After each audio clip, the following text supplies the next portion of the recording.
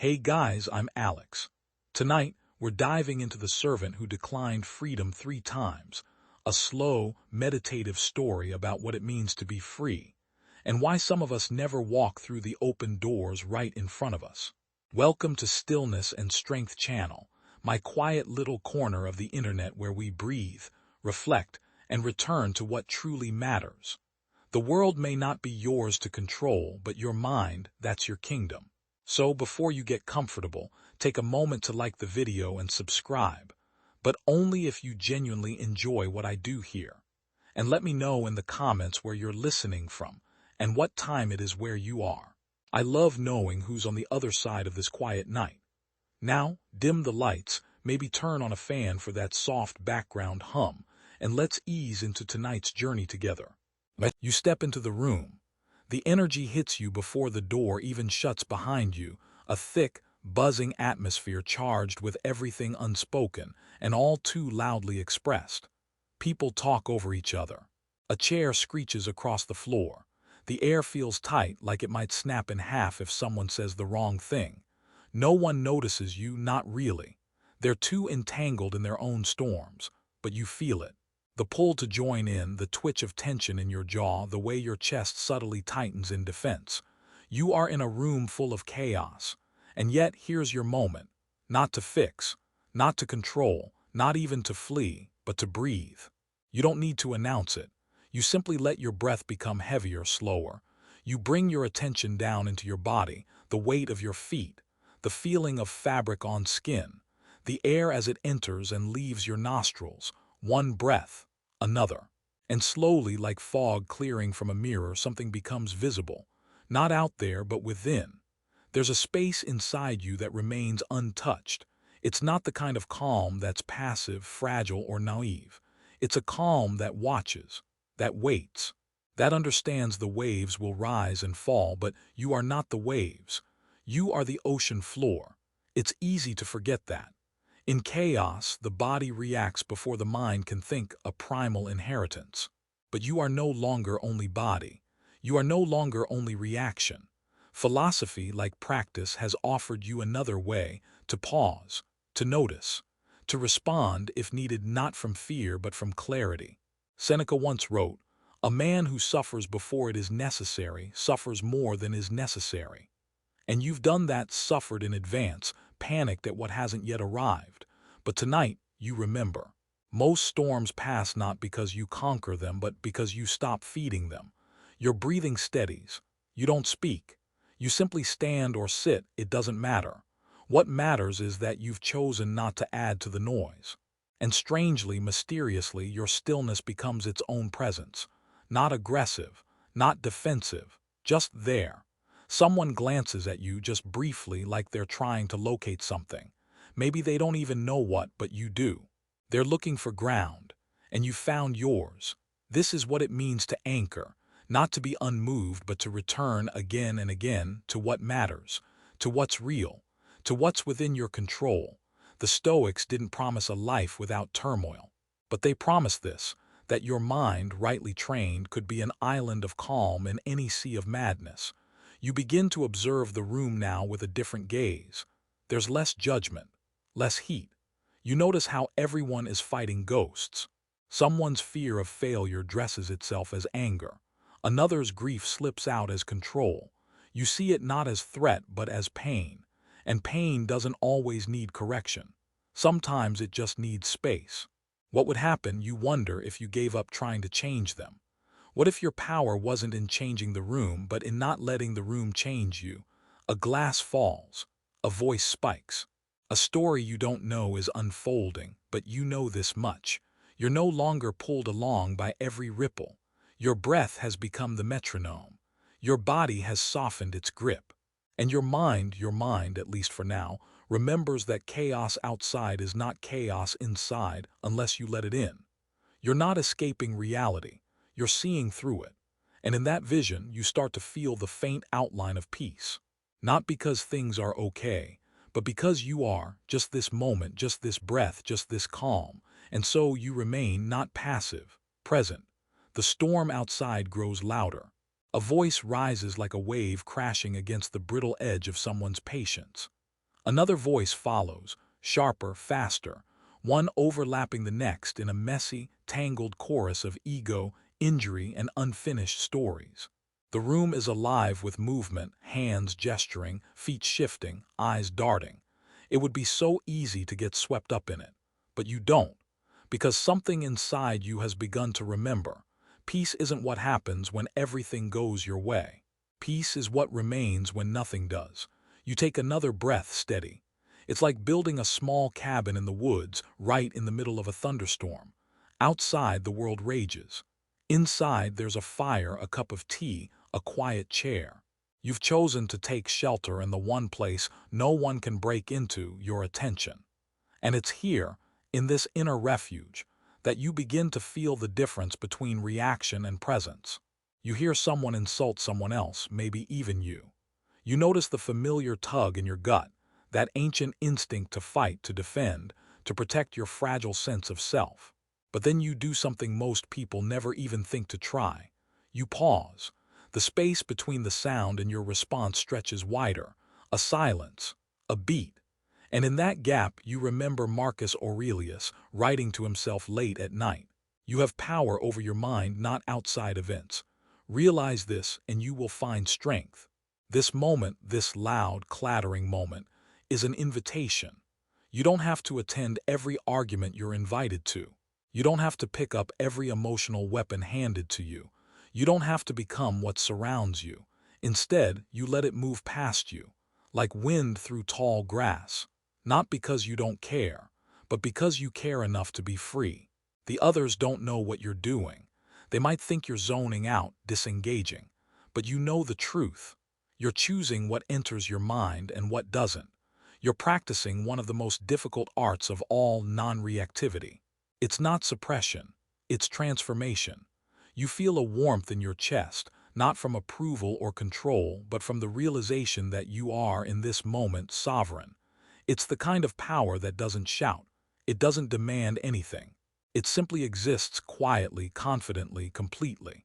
And as the chaos swirls, you begin to hear something else beneath the noise. Your own clarity. It's been there the whole time, like the hum beneath a melody. It's what you return to when the world loses its rhythm. Someone slams their hand on the table. Another begins to cry. You could get involved, or you could stay right where you are, centered, eyes soft, breathing slow. You realize now, you don't need to fix this room. You only need to not abandon yourself. That's the first ripple of real calm, not external order, but inner loyalty. The paradox is obvious now. You stay most grounded not by holding tighter, but by loosening your grip. You remain stable not by resisting the wind, but by bending like the reed. The ancient Stoics didn't teach avoidance. They taught embrace without attachment. You let the world be what it is, and in that letting go, you become what you are. You feel the floor beneath you. The tension in your shoulders has melted a little. Your heartbeat, once threatened by the noise, now moves with the rhythm of your breath. You are not the chaos. You are the container. And from that container, a single question begins to echo. If peace must wait for silence, is it really peace at all? You don't answer it. You don't need to. The question itself is enough to shift the weight in your mind. You keep breathing. You remain still. And somehow, despite the whirlwind around you, you begin to sense that stillness is spreading. Not because you're speaking, not because you're doing, but because you're being. A voice slices through the room like a blade, sharp, accusatory, coated in frustration that's clearly been waiting for release. It doesn't matter what the words are. They're aimed at someone else, maybe not you, not directly. But still, they land in the air near you, vibrating with judgment. You feel it again, that small ripple of heat in your chest, the one that comes before anger, before defensiveness. Before the story begins to spin in your mind, the story that wants to make you the center of the wound. But this time, you don't take the bait. You stay where you are, not just physically, but mentally, emotionally, spiritually. You stay. Instead of reacting to the shout, you see the person behind it. They are not rage. They are not malice. They are not the words they just said. They are a bundle of stories, injuries, hopes unmet. Maybe their shout isn't a strike, maybe it's a flare, launched into the air, hoping someone might see it and understand. And this is where your true strength begins to show. You don't respond with equal noise. You respond with presence.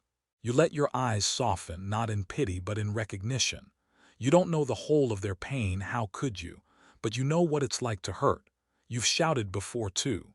You've let pain escape you in all the wrong ways. So instead of judging them, you see them. That seeing becomes a kind of quiet salve, not because it changes them, but because it changes you. It transforms the situation from a battlefield into a mirror. And the Stoics were always fond of mirrors. Whenever you are about to find fault with someone, Marcus wrote, ask yourself the following question: what fault of mine most nearly resembles the one I am about to criticize? You do this now, without even thinking. You trace the line from their anger back into yourself, to the place where you too have cracked, have failed, have broken under pressure. And somehow, you find patience.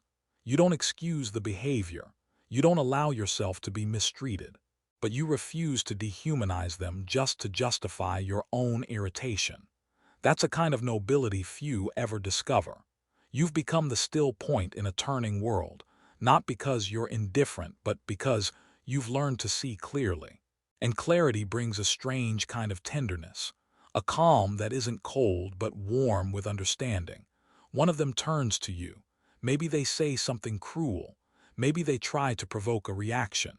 You feel the familiar urge, the comeback forming on your tongue, the desire to win the moment.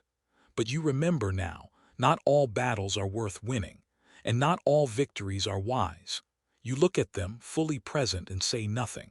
That silence, it's not avoidance. It's a statement. It says, I see you, but I will not dance in your storm. And suddenly the temperature shifts. They notice your calm even if they don't understand it. Something about your stillness unsettles them, not because it's aggressive, but because it's immovable. In a room of reaction, your restraint is revolutionary. You begin to feel the full weight of your own power. Not the kind that controls others, but the kind that refuses to be controlled by them. A new kind of question rises in you, quietly, like steam from a cup of tea. What if your true strength was measured not by how you strike, but by how you stand still? There's no need to answer. The moment answers for you. You're still here, still breathing, still seeing the people, not just their projections, still hearing the fear behind the noise, still feeling the fire of your own ego but choosing not to feed it. This subtle clarity is the path of the philosopher, not walking above the world, but walking through it, with eyes open, with heart steady, with mind unshaken. Time slows down. Not because the room has grown any quieter, in fact, the noise seems to have climbed a notch, but because you have changed. You've stepped outside the storm without ever leaving your seat. There's a peculiar stillness in your chest now, a kind of spaciousness. You're watching the moment as if from just one breath removed, not detached, but elevated. You've risen to a higher floor of the same building. The view is clearer here. Someone throws a sarcastic comment across the room. Another bites back. Two egos clashing like cymbals in a concert that no one wants to attend. You recognize the pattern. You've lived it. You know how easy it is to get caught in the tangle, the loop of they said, so I must. The habit of counterattack. The need to preserve face, to protect the fragile sense of self that flares up when confronted. But tonight you're practicing a deeper form of discipline. You let go of the need to win. Because when you no longer need to win, no one can truly defeat you. Epictetus reminded us, it's not things that disturb us but our judgment about things. And now you're beginning to see how true that is. The noise hasn't stopped, the chaos hasn't disappeared, but the way you see it, the meaning you assign to it, that has changed. What once felt like personal attacks now feel like passing weather. You no longer need to take everything personally. Because not everything is about you. The room may be on fire with emotion, but you are no longer its fuel. You return to your breath, anchoring yourself again. A slow inhale, a softer exhale. The body begins to trust that it's safe to calm down. The nervous system follows. You feel the slow, gentle return of equilibrium, a return to center. You notice your shoulders drop just a little. The tightness in your stomach releases. There's nothing to brace against anymore. Not because the world is soft, but because you are no longer brittle. You've become like water, not weak, just fluid, just grounded enough to flow. You realize something important now. Freedom isn't escape. Freedom is presence. You can be here, fully here, and still be free. Free to feel without drowning. Free to witness without absorbing. Free to engage without losing yourself. And that kind of freedom, it's rare. It doesn't announce itself with noise. It arrives in whispers. It hums in your bones like a long-forgotten truth coming back into focus. The people around you don't seem to notice the shift, not yet. But you do. You've become a still lake in the middle of their storm. Their reflections bounce off you. Their waves crash against you and dissolve. And still you remain. Present, calm, clear. You don't withdraw, you don't perform. You simply are, and in that being you become something sacred. A quiet example of what's possible. Because someone someday will remember you in a moment of their own chaos. And they'll think, I don't know how they did it, but they didn't lose themselves. And that memory may become their first step toward freedom too. That's the secret of calmness. It's not just for you. It radiates, like warmth from a fire, like light from a candle. You never know who might be watching or who needs your calm more than your criticism. So you sit, you breathe, you bear witness to the chaos, and you do not flinch. And in doing so, you become something rare in this world. A human being still awake, still whole, still free. And the question returns, softer now, almost like a blessing. What does it cost you to remain calm? And more importantly, what does it cost you if you don't? There's a moment, brief, almost imperceptible, when someone finally pauses. Maybe it's because they've run out of words. Maybe it's because they've noticed that their anger has no effect on you. Or maybe it's something deeper. Some ancient instinct recognizing something unfamiliar in you, stillness. It confuses them. You're not playing the part. You're not escalating. You're not defending, correcting, or retaliating. You're not even flinching. And that alone is disarming, because we're trained to respond. We're taught that silence means defeat, that to pause is to lose ground, that to walk away is to surrender. But tonight, you're rewriting that script. You're discovering the paradox that sits at the center of inner strength. Sometimes, the most powerful move is no move at all. You remember now how the Stoics taught this, not with loud proclamations, but through practice. They trained themselves not to eliminate emotion, but to master the art of discernment. To feel, but not be ruled. To respond, but not react. To engage, but not entangle. You let that wisdom settle in your chest like a stone in water. It grounds you, not in apathy, but in awareness. You notice how the energy in the room begins to shift. Slowly, almost reluctantly. The storm hasn't passed, but its edges are beginning to fray. People grow tired of shouting. The sharp edges of their words start to dull.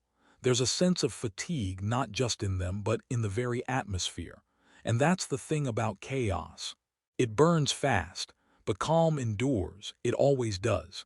You realize something else now, something subtle but profound. You've become the quietest person in the room, and somehow you have the most influence.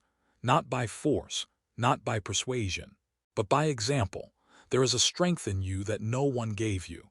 You weren't trained in it. You didn't inherit it. You found it by going inward when everything else demanded that you lash outward. And now it's here, sitting with you like an old friend you forgot you missed. You are here. Not the version of you scrambling to be understood. Not the version of you trying to manage everyone's emotions. Just you, the deeper self. The one that's always been watching, waiting, whispering. You begin to feel reverence for that part of you, the part that's weathered storms before. The part that has learned not to collapse in the face of intensity, but to soften, to hold space, to offer quietness in a world obsessed with noise. The Stoics would call this self-possession. To possess yourself so fully that the world can't take pieces of you without your permission. And here's the quiet irony. In refusing to control the room, you've reclaimed control over yourself. There's no script you need to follow, no performance you need to deliver. You are not here to win. You are not here to fix. You are here to remain whole, to remember who you are even when everyone else forgets themselves. And so you breathe again. You let the breath move through you like an anchor. You let your gaze soften, not because you're tired, but because you're free. You are no longer reactive. You are responsive, and that makes all the difference. The room may still be filled with voices, with energy, with emotion, but you are filled with presence. And presence, when cultivated deeply, becomes contagious. Someone across the room glances at you. They don't say anything, but something in their expression shifts like a mirror catching light for the first time. They've noticed, not your silence, but your peace. And something in them stirs, not envy, not challenge, just curiosity. They wonder what it would feel like to sit where you're sitting, to carry what you're carrying. Not certainty, not smugness, but the soft, steady strength of someone who has nothing left to prove. And from that small wondering, a ripple begins. Not in them, in you, because you remember, you don't calm the room by controlling it. You calm the room by calming yourself. And from that center, that unshakable center, everything else begins to shift. You stay seated, not out of stubbornness, but out of clarity. You know now that you don't need to match anyone's energy.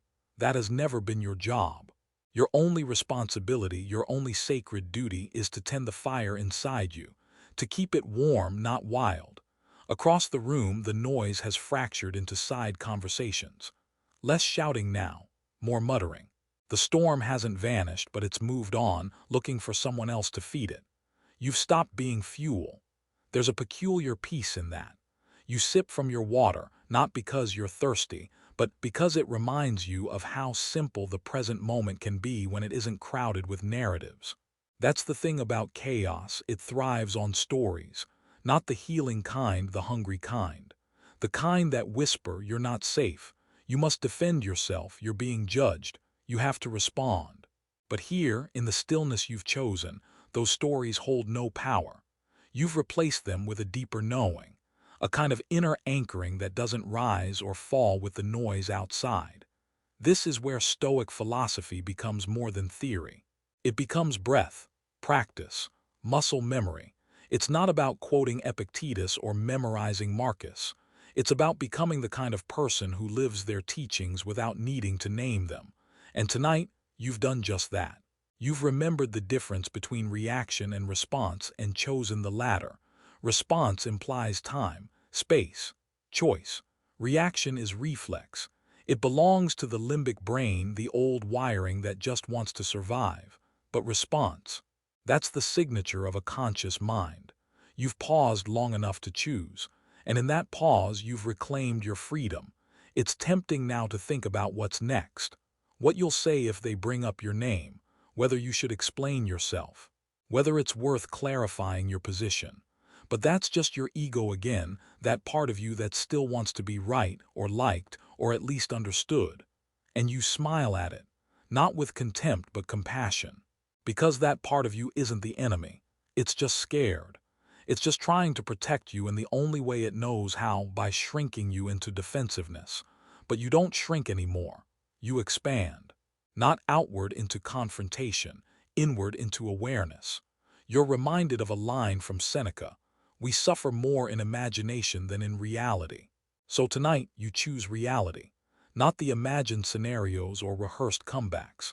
Just the reality of this moment, this breath, this small space of calm you've built inside you, a sanctuary, untouched by opinion, unshaken by drama. You've realized that even in a room full of tension, you can still be the softest place to land for yourself first, and then maybe for others too. That's not weakness. That's mastery. You recall how the strongest tree isn't the one that resists the wind with stiffness. It's the one that bends, that moves, that flows with the storm and roots deeper after it passes. And that's what you're doing here. Rooting, not fleeing, not fighting. Rooting. And as you sit there grounded and whole, another question rises, gentle, not demanding an answer, just inviting a deeper gaze inward. What kind of world might exist if more of us chose not to react? Not out of apathy, but out of awareness, out of love, out of the realization that not every impulse needs a response, not every fire needs to be fed. Not every injustice is yours to correct in the moment, especially if it costs you your peace. You let the question hang there. You don't need to answer it. You just need to carry it, like a lantern in a dark hallway. Let it light the way. And for now, you remain where you are, not frozen, not fleeing, just fully present, in control of nothing, and yet in command of yourself. The silence within you begins to echo. Not loudly, not like a drum, but like the deep, steady hum of a cave that's known centuries of stillness. It's not absence. It's not void. It's presence. Pure and undistracted. Around you, the world is still moving. People are shifting in their seats. Phones buzz. A few eyes flick toward you now and then, not out of suspicion but curiosity. You're no longer part of the game, and that makes you magnetic, because something in you has changed. Not just your posture or your breath, but your orientation to the moment. You're not here to survive the chaos. You're here to transform through it. And that shift, that internal pivot, has quietly rearranged everything. The noise outside hasn't lessened, but your capacity has grown. What used to feel like personal offense now looks like projection. What once sounded like attack now sounds like fear speaking too loudly. You've begun to see others not as enemies or obstacles, but as souls scared, searching, struggling just like you. Their chaos is not a weapon, it's a wound. And suddenly, your own pain softens too. Because when you see their pain clearly, you stop trying to compete with it. You don't have to be louder, wiser, or more justified. You just have to be here, open, whole. This is the quiet lesson the Stoics left behind, buried beneath their sharp words and disciplined lives. That compassion is not weakness. It is strength refined. You let that truth move through you like warm tea on a cold night. Your body settles further. Your breath deepens. You become aware of the tension in your hands and then let it go. You release the grip you didn't realize you were still holding, on being right, on being seen, on being understood. Because here's the paradox you've come to learn. The more you let go, the more you return to yourself. You don't disappear when you surrender. You emerge. Not as an ideal, not as a perfect being untouched by emotion, but as something far more real. A person aware of their shadows and still choosing the light. And in this light, another Stoic principle surfaces, one that goes beyond emotional control or mental toughness. Sympatheia. The understanding that we are all part of one living whole, that no person exists apart from the rest, that to harm another is to harm yourself, that to find peace within is to offer peace to the world. You remember this now not as an abstract teaching but as a felt reality. The man raising his voice, he's afraid of being ignored. The woman interrupting, she's been silenced too often. The tension in the room, it's collective, not personal. And in this understanding, something astonishing happens. Your heart opens. Not wide, not recklessly, but gently, like a door left ajar on a spring evening. And you begin to listen not to the words, but to the longing beneath them. Every complaint conceals a wish. Every outburst masks an unmet need. And though you may not have the answers, you now carry the one thing that makes all the difference: presence. Because more often than not, what people need is not correction but connection, not fixing but witnessing, not silence from you but a silence that includes them. You look around and see them differently now, not as threats, not as opponents, but as people trying, failing, flailing, grasping just like you have, too many times to count. And this seeing, this shift in perception, it heals something in you, not instantly, but quietly, a soft mending. The kind that happens when the world no longer feels like a fight. The kind that begins when you stop bracing for harm. And with that realization, the question floats back, not urgent but spacious. What would it feel like to meet chaos with compassion instead of control? You don't need an answer, just the willingness to wonder, just the courage to remain open. Because calmness is not the absence of emotion. It's the willingness to feel and still remain rooted. And tonight, that is exactly what you are learning to do. There's a quiet strength in refusing to be swept away, not by the noise, not by the urgency, not by the need to be the one who has the last word. You sit still, and that stillness is beginning to ripple, Not through the room, not yet, but within you. As if your nervous system, long trained for alertness and survival, is learning that it doesn't have to run. That this moment, however tense, however chaotic, doesn't need to be escaped. It needs to be inhabited. And you are here, fully. That's a revolution in itself. So many people live their whole lives chasing control of outcomes, of opinions, of others' reactions. They micromanage every moment, try to edit reality as if it were a script they can rewrite. But you're not doing that anymore. You're stepping back not in defeat, but in wisdom. Because tonight you understand the Stoic truth that control is not the same as power. Control is brittle, power is fluid, control resists, power responds. Control operates from fear, power from clarity. And clarity, you're discovering, doesn't come from thinking harder. It comes from stepping aside, letting the storm pass so you can see what remains. And what remains is peace. The kind you don't manufacture. The kind you uncover once the noise inside has been gently asked to rest. You start to realize how much of life is shaped by this single choice, to react or to return. Return to what? To yourself, to presence, to what's actually happening rather than what your mind says might happen. You scan the room again slowly, not to assess threats but to witness, to see others really see them. And in that seeing there's no judgment, only understanding. There's that phrase again, echoing through your memory like a soft bell in the distance. They do not act out of malice, but out of ignorance. Marcus Aurelius didn't write that as a dismissal, he wrote it as a reminder. To meet others' actions with context, with grace, with the understanding that if you had lived their lives, carried their wounds, thought their thoughts, you might be just as reactive. And so your heart opens another inch, not because you've forgiven anyone, but because you've remembered that their chaos is not your identity. You don't have to absorb their fear. You don't have to match their temperature. You can remain cool in a fevered room. And so you do. Another breath, another return. You notice your body now, how it sits, how your muscles have softened, how your jaw is no longer clenched, your shoulders no longer braced. This is what healing feels like, not as a grand transformation, but as 100 small releases. And for a moment, time stretches. You're not rushing to the next sentence, the next scene, the next problem to solve. You're simply here, breathing, observing, being.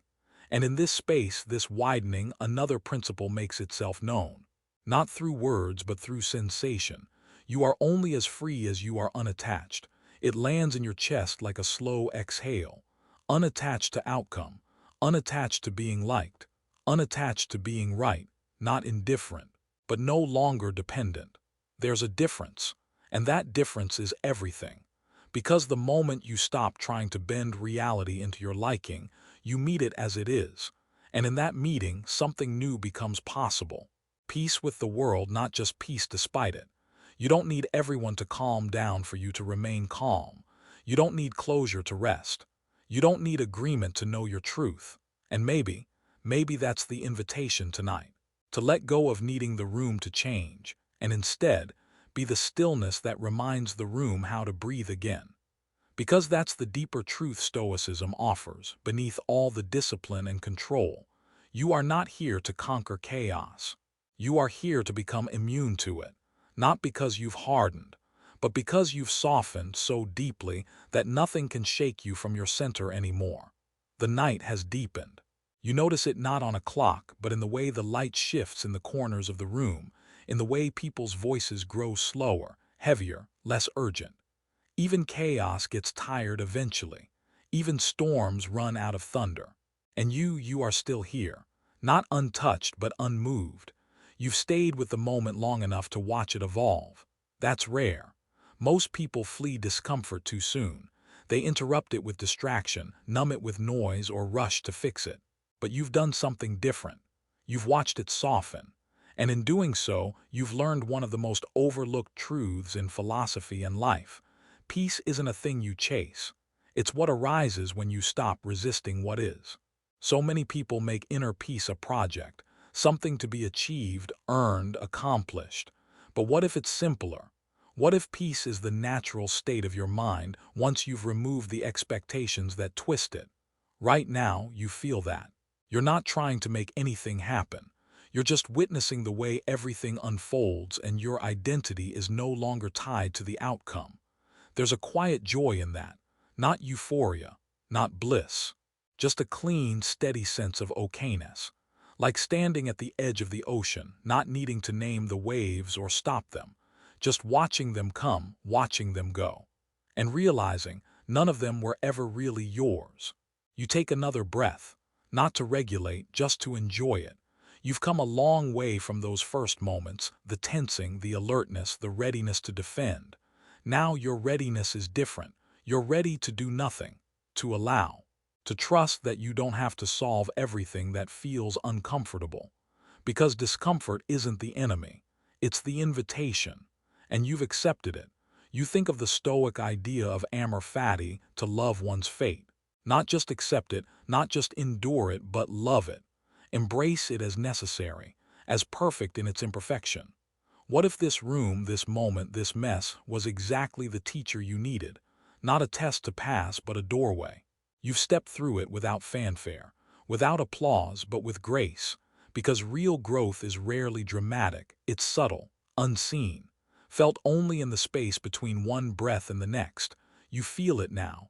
You realize you haven't checked your phone, haven't rehearsed an argument in your head, haven't wished you were elsewhere. You've been here. And being here, truly here, is the rarest form of presence. It's also the most powerful, because you've stopped trying to control how others see you. You've stopped trying to escape the discomfort of being misunderstood. You've let go of the idea that your worth is tied to external approval. And in doing so, you've found freedom.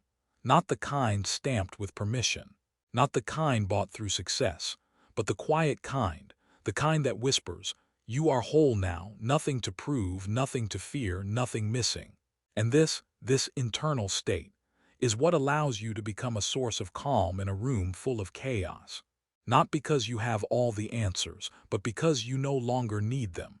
And so you return again to breath, not as a technique, but as a home. You've become a sanctuary not just for yourself, but maybe, quietly, for others too. Because peace is contagious, not in a loud way, in a presence way, in a felt way. And as the noise of the night continues to shift, to settle, to drift, a final question rises in your mind like mist over a quiet lake. What would it mean to live like this every day? Not occasionally calm, not calm when it's convenient, but rooted, consistent, deeply okay even in the middle of storms. You let the question remain, you don't rush to answer. You just breathe with it, you sit with it. And maybe, for the first time in a long time, that's more than enough. You didn't notice the moment the tension left your body. It didn't announce itself. It slipped away like fog at sunrise, quietly, gradually, without need for ceremony. And in its place, spaciousness. Not emptiness, no, this is something else. A kind of internal quiet that feels full, like a deep forest at dusk. Still yet alive. Soft yet expansive. You shift slightly in your seat, not out of restlessness, but to feel the moment more fully. How often do you get to exist like this, not waiting for something, not calculating your next move, but just being? You begin to understand a truth the Stoics knew well, that the most radical act in a chaotic world is to remain unshaken within it. Not rigid, not numb, but grounded the way a tree is grounded, not in defiance of the wind, but in relationship with it. You bend, but you don't break. You sway, but you don't collapse. And that, you realize, is a different kind of strength than what you were taught. The world often teaches us to clench, to brace, to armor ourselves. But the Stoic path teaches the opposite. It teaches surrender not to chaos, but to the impermanence of things. And from that surrender comes a quiet power. You begin to notice subtle things now. The way someone exhales 2 seats away from you, trying to hold it all together. The way the room hums beneath the surface, so much needing, so much protecting, so much hoping. You no longer see it as noise. You see it as human. And in this way, something extraordinary is happening inside you. Compassion is growing in the soil that calmness has made fertile. Not pity, not superiority, just recognition. You've been all of them at some point. The one who shouted, the one who shut down, the one who controlled, the one who ran, and now the one who stays. Staying doesn't mean stagnating, it means being with what is. Even when it's messy, even when it's unclear, even when it's painful. Because only by staying with breath, with presence, with heart, can we begin to see clearly. And clarity is always the first step toward freedom. So you return again to the body, the anchor, the constant, the reminder that everything you need is already here, in this inhale, in this exhale. You think of Epictetus again, of his reminder that it's not events that disturb us but our judgments about them. And so you ask gently, what judgments am I holding? What stories am I clinging to that keep me from peace? You don't need immediate answers. The asking is enough, because asking opens the door. And what enters through that door is honesty, the kind of honesty that doesn't shame but liberates. You realize, much of your own chaos hasn't come from others, but from your resistance to what is. The need for life to be different before you can relax. The need for others to understand you before you can feel seen. The need for certainty before you can feel safe. But all of those needs are illusions. They're contracts you never signed, expectations passed down by a culture that forgot how to rest in the unknown. And so, quietly within yourself, you begin to release them, not with force, but with breath. You don't need certainty to feel calm. You don't need agreement to feel peace. You just need presence. And the willingness to let go of the script you've been gripping so tightly. In this moment, the room hasn't changed, but your experience of it has. That is the great paradox of inner work. The world stays the same, and yet everything is different. Because you're different. Not because you've added something new to yourself, but because you've remembered what's always been there. The calm beneath the noise. The stillness beneath the storm. The clarity beneath the commentary. You sit with this. You don't rush. You don't analyze. You just are.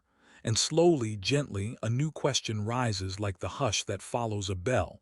If I can be calm here, can I be calm anywhere? You hold that question gently in your mind like a smooth stone in your palm. If I can be calm here, can I be calm anywhere? You don't try to answer it with logic. You simply live into it, one breath, one blink, one heartbeat at a time. Because something has shifted now. Not in the world around you that still pulses with its ordinary chaos, but within you. There's space where there used to be friction. There's softness where there used to be resistance. You've tasted what the Stoics called inner citadel, the fortress within you that no one can storm. Not by their words, not by their moods, not by their chaos. You are no longer a prisoner to the atmosphere around you. You've remembered that you are more than a mirror. You don't have to reflect everything. You can observe and let it pass, like clouds over a still lake. That's the image that stays with you now, not a metaphor but a felt sense. A still lake, not because the world is still, but because you are. And that changes how you carry yourself. You start to notice it in your posture, less guarded, more open. In your gaze, less searching, more seeing. In your breath, less forced, more free. You don't need to win anything tonight. You don't need to prove your depth, your value, your strength. You are already whole. And maybe, just maybe, that's what chaos has been trying to teach you all along. That peace was never out there. It was never waiting at the end of some resolution, or in the validation of someone finally saying, "You're right." It was waiting in the pause, the moment you decided to stop grasping. The Stoics knew this truth intimately. They spoke not of suppression but of mastery, not of faking calm but of returning to it. Returning to the only place it can ever truly exist, within. You glance around again and everything looks the same, but you don't feel the same, because you're no longer in survival mode. You're in observation mode. And that shift, invisible to the outside, changes everything.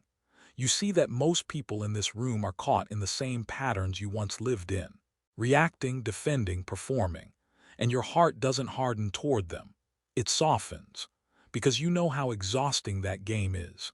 You know what it's like to live on edge, to mistake anxiety for importance, to believe that louder equals stronger.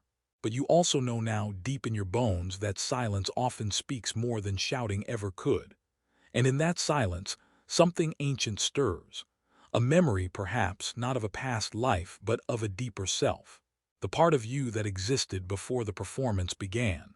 The part that always knew how to be still, even in the eye of a storm. And so you ask another question, softer than before. What would it mean to live from this place, not just tonight, but always? Could you begin your days from stillness, end them in reflection? Could you navigate conflict with curiosity rather than control? Could you hear someone's rage and respond with presence instead of panic? Not perfectly, not always, but more often than before. Because every time you return to your center, you strengthen it. Every time you choose response over reaction, you build a bridge. And one day, without realizing it, you may find that the storm no longer shakes you, not because it disappeared, but because your roots grew deeper. This, this is freedom. Not the freedom to escape the world, but the freedom to meet it exactly as it is and remain at peace. The room hasn't changed, but you have. And because of that, everything is different now. There's a weightlessness to you now. Not because life is lighter, but because you've stopped carrying what was never yours to hold. You feel it in your chest, like a knot untied, like tension finally given permission to leave. All night the chaos was never really out there. It was always dancing inside, fed by fear, by judgment, by old stories repeating their scripts. But now you see them for what they are, echoes, not truths. And something remarkable happens when you stop feeding those echoes. They fade, not all at once, but steadily, gently, like music winding down. You think of Marcus Aurelius again, his reminder that you have power over your mind, not outside events. Realize this and you will find strength. And for the first time, those words don't sound distant. They sound lived. Yours, because you've touched that power tonight, not by controlling the room, but by not needing to. This is what so many misunderstand about Stoicism. They imagine it means emotional suppression, becoming cold, indifferent, robotic. But that's not what it is. That's not what it feels like. It feels like warmth without demand, presence without performance, depth without drama. You begin to understand why the Stoics placed so much emphasis on training the judgment, not the emotion. The emotion is natural. It comes and goes like waves. But your judgment, your interpretation, your attachment, your meaning-making, that's where your real work lies. You think of the chaos earlier, the tension, the sharp words, the faces drawn with anxiety, and realize none of it had to become your burden.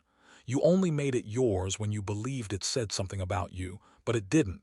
And it doesn't. This room is not your test. It is your mirror. And tonight you didn't flinch. You didn't shatter. You saw. That's the gift of stillness it reveals. It's not a hiding place, it's a lens. Through it you saw others more clearly. Their fears, their posturing, their defenses. You didn't pity them, you recognized them. Because they were you once. Maybe just yesterday. Maybe this morning, maybe 5 minutes ago, and that's why you can meet them now with more patience. You don't need to fix anyone. You don't need to convince anyone. You just need to be the calm in the room, not to change the room, but because it's who you are when you're not trying so hard to be anything else. There's a deep, grounded humility in that. You aren't above the chaos. You're just not owned by it anymore. You've become a tuning fork for silence, and even if no one else hears it yet, it resonates. It always does. That's what the Stoics meant by virtue, not rule-following, but harmony with reason and nature. And nature in this context doesn't mean the trees and rivers. It means your true nature. Calm, conscious, capable of love, not the romantic kind, but the strong, steady, unshaken kind that doesn't need to grasp or chase. Tonight you've lived that nature, maybe for 5 minutes, maybe for the full hour, doesn't matter, you've touched it, you know the way back. And that's what matters most, the remembering, because forgetfulness will come. That's okay, storms will return. That's okay. The chaos may rise again at work, at home, inside your mind. But now you have a path, not out but in, into the eye of the storm, into the stillness, into yourself. And as the night deepens, and the noise around you softens into a low hum, you let one final question emerge, not to solve, but to carry. What would life be like if I no longer needed the world to be quiet, just so I could be? You let the question settle into your bones like warmth. You let the breath find its own rhythm again. And you know you're ready, not for perfection, but for presence. The room has quieted now, not completely, but enough. Enough for you to hear your own breath, steady and low. Enough for you to notice the subtle rhythm of things, the soft tap of a foot beneath the table, the almost imperceptible creak of a chair leaning back, the background hum of life continuing. But this isn't silence as escape. This is silence as arrival. You're not retreating. You're not hiding. You're simply here fully without needing the moment to be different. And from this place, you begin to sense something deeper beneath all this stillness. Peace not as a destination, but as your nature returning to itself. This is what the Stoics meant by living according to nature, not being passive, not withdrawing from life, but learning to walk through life with acceptance, not resignation, but clarity. Clarity that says, this is happening, and I can meet it, not react to it. You feel it now, in the way your shoulders no longer reach for your ears, in the way your heart feels more like a lake than a battlefield. And in this rare quiet, a memory stirs. A time when things fell apart. Not a dramatic unraveling, but a slow erosion, a job lost, a friendship changed, a future plan that dissolved before it ever began. You remember how tight your grip became, how desperate you were to control, but it didn't work. No amount of force could stop the tide, and yet here you are, still breathing, still growing, still learning to release. That's what the Stoics were always pointing to. You don't control the tide, you learn to swim with it or float when needed. And sometimes, you simply learn not to drown in your own thoughts. Man is disturbed not by things but by the views he takes of them. Epictetus knew that the storm is never just around us, it's within us. And if that's true, so is the stillness. And so, here you are, no storm, no story. Just the gentle presence of this moment and the truth that you are more than your reactions, more than your plans, more than the chaos that occasionally sweeps through your world. You are the witness, the observer, the still center around which the noise swirls but never quite reaches. You think of all the times you tried to argue your way to peace, all the energy spent trying to change people, convince them, fix the situation just right, and you wonder, what if peace was never something to earn, only something to return to? You sit with that. You let it unfold like warm tea in your chest, and slowly your entire relationship to chaos begins to shift. It's no longer the enemy, it's the teacher. It invites you again and again to come back to what's real, to release what's false, to practice your principles in motion. That's the Stoic path, not a set of commandments, but a discipline of remembering. Remembering what? That you're not your anger, not your fear, not your need to be understood or approved of. You are something deeper, the space in which all those things arise, pass through, and fade. And in this space you are free. Not because the world has finally quieted, but because you no longer require it to. You look around once more. The room breathes, so do you. And you smile softly. Not because everything is perfect, but because, finally, it doesn't need to be. You begin to understand now peace isn't something you force into existence. It's what remains when you stop resisting what is. You sit a little straighter but not stiff, just more aligned. There's no tension behind your movements now, no urgency. You're not trying to be calm, you simply are, like a tree rooted deeply while the wind whistles through its leaves. It's not that the chaos has disappeared, it hasn't. But your relationship to it has changed. Where you once clung, you now let go. Where you once reacted, you now respond, if at all. And most importantly, where you once believed you had to fix everything, you now see the wisdom of letting some things simply be. This is the Stoic practice of consent, not giving in to the world, but consenting to reality as it is. Meeting it on its terms, not yours. That doesn't mean you stop caring. It means you care correctly. You care from clarity, not compulsion. From wisdom, not worry. And from that place, even your smallest action carries strength. You take a sip of water. You feel it glide down your throat, cool, clean, unnoticed on most days. But not tonight. Tonight, even this is a reminder. Simple things done with presence are sacred. That's the real counter to chaos. Not more noise, not more control, not more clever words. Just quiet, rooted presence. The kind that notices without needing to fix. That listens without planning its next line. That walks through fire and doesn't mistake heat for danger. You recall Seneca's image, the wise person as a fire that turns all it touches into flame, not consumed by the world but fueled by it. And isn't that what's happening to you now? The room hasn't changed, but your presence is turning chaos into clarity, tension into teaching, noise into nothing but sound. And that changes you. It changes how you speak, slower, softer, with intention.